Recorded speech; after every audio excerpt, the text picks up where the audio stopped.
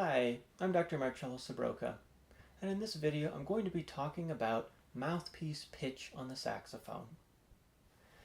Now, this video I am making in response to a video I have previously made. I'm referring to the video on how to improve tone quality and ease of playing on the saxophone. In that video, at one point, I am talking about some exercises that I do with the saxophone mouthpiece. The mouthpiece exercises that I'm talking about in particular are I play the mouthpiece by itself, and then I practice bending the pitch down and coming back up.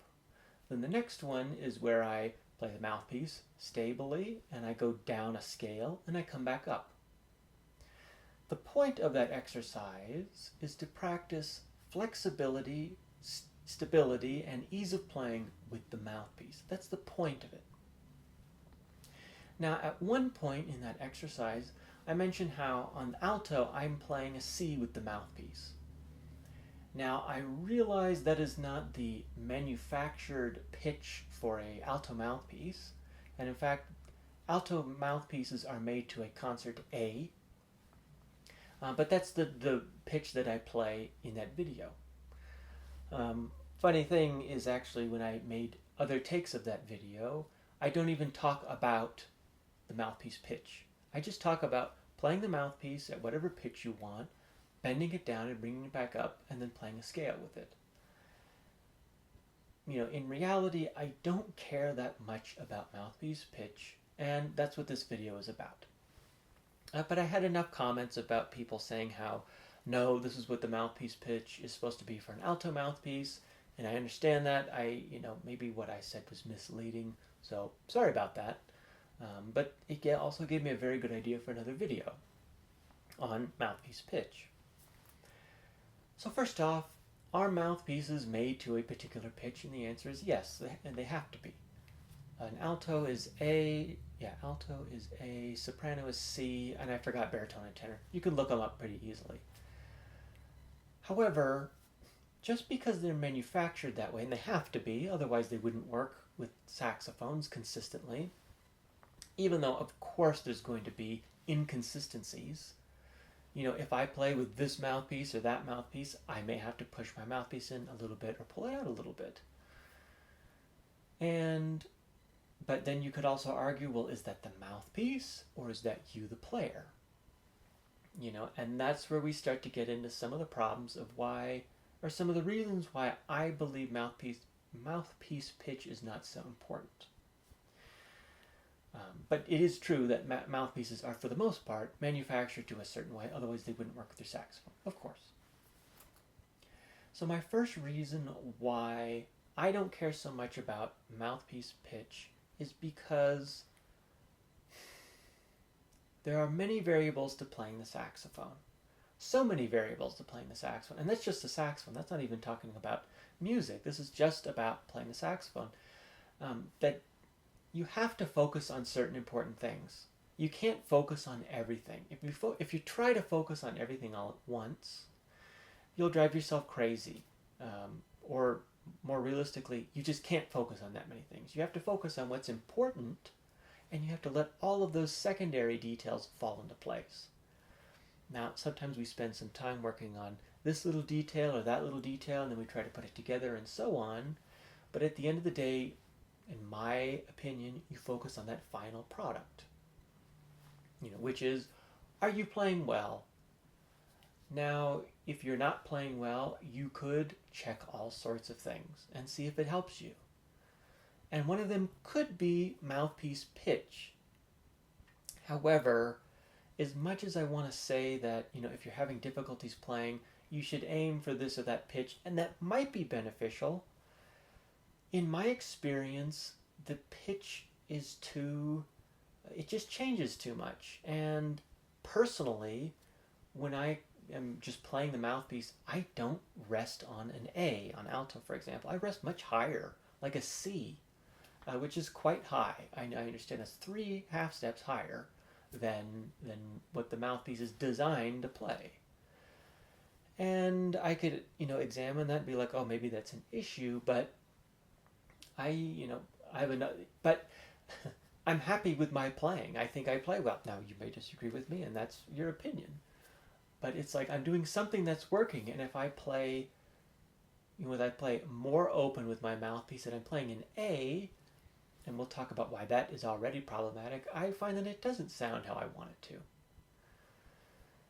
to. In fact, I know that Gianni Formeau, incredible classical saxophonist, I've heard, this is hearsay, I could confirm it if I really wanted to, but I don't care enough.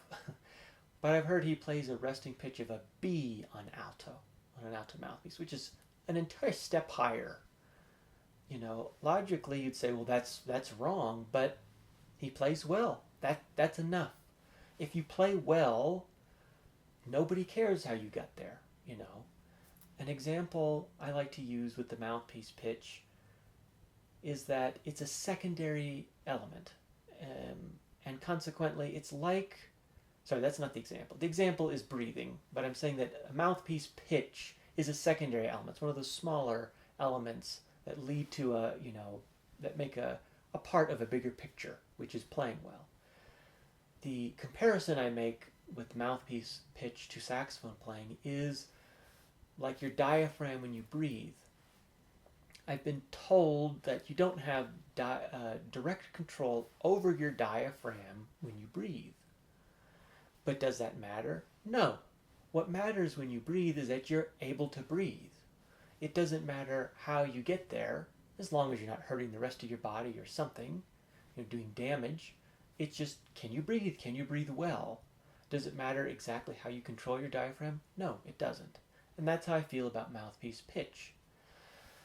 Realistically, when we play the saxophone, we're changing our embouchure, our voicing, and our air pressure all the time.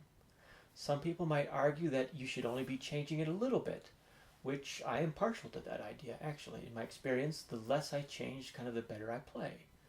But it still changes. And especially if you're a jazz musician, you have a jazz embouchure, you're moving your jaw forward and backward, that's changing mouthpiece pitch dramatically. So then what even is a resting pitch on a mouthpiece? When you put it in your mouth by itself, well, what does that mean? When I play a low B flat on a tenor saxophone with a jazz embouchure, that's a completely different position than a middle C sharp. And it's not that the middle C sharp is the regular position and the low B flat is the altered position. It's just that that's what I do when I play the saxophone. Whatever I have to do to make it work, I do it.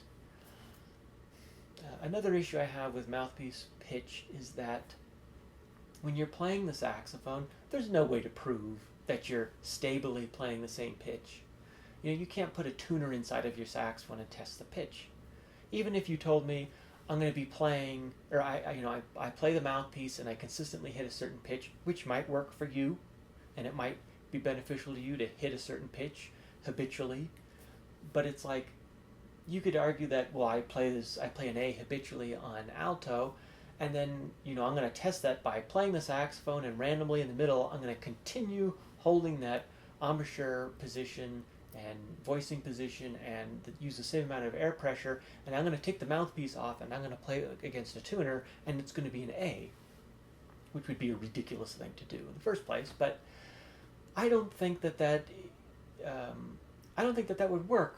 There's too many things that change when you play, and that would be very forced anyway. Obviously, what a weird thing to do. I'm just bringing that up hypothetically. So, in conclusion, I'm not somebody who cares that much about mouthpiece pitch. I'm sorry if my one video was a little confusing about that. Mouthpieces are made to an objective standard, but my point is with this video that doesn't necessarily affect how you will play. If it's not your experience, it can't be your truth. And I'm just talking about how my playing has been for me. I don't rest on an A when I play the alto. Sometimes I do, but when I play a middle C sharp, sure, I could play a different fingering to raise the pitch up, but in reality, I don't do that because I don't need to, because it's not that flat. I move my embouchure to move the pitch up, you know? And we do that all over the saxophone. We do it with different dynamics, with different registers, altissimo, multiphonics. You know, it's almost like there's no such thing as a resting pitch on the saxophone. And even if there is, it's like the diaphragm when you're breathing. You don't control that. There's too many things to think about. That's something that you let happen, in my experience. Anyway, I hope this video was helpful for some of you. I hope it cleared up some issues, some misconceptions. Maybe I poorly explained some things in my Mouthpiece video. I think sometimes people like to fixate on objective details. Maybe that could be it. But hopefully this clears up some of these Mouthpiece pitch ideas that have come up in my recent videos. And lastly, thank you so much for watching.